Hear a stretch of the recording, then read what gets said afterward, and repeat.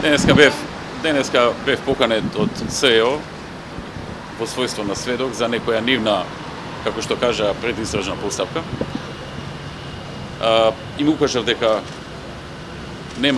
ова што го работат е незаконски, дека нивниот мандат веќе одамна е истечен и дека овие предистражни постапки кои што ги тераат практично се мотетирање на граѓаните во услови кога тие не можат да поднесуваат никакви обвиненија и практично работат незаконски.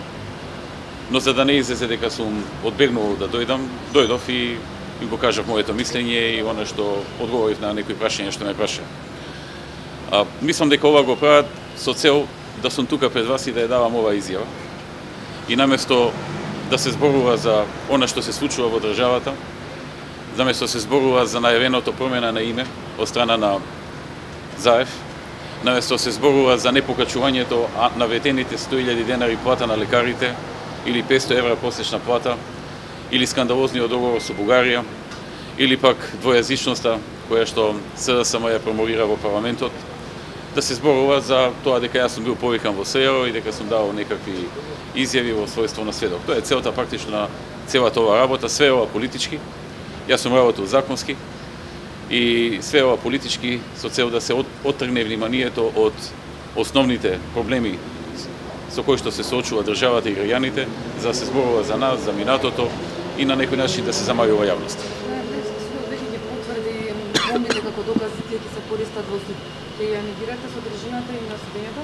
Знаете што? Членот 12 од законот за став 2 од законот за кривична постапка е многу јасен. Дека незаконски прибавени аудио или видео снимки, материјали како ги нарекуваат, се не може да бидат доказ во судска постапка, ниту пак од нив да се изведуваат докази. Ако немате други прашања, ви благодарам поврзано со Односно предметот за што се работи. некоја предистражна постапка не ви може да зборува. Не, друго е. Кои други лица исто се споменати? Со обзир дека се работи за предистражна постапка, мислам дека законски не смее да соопштува. Ви благодарам.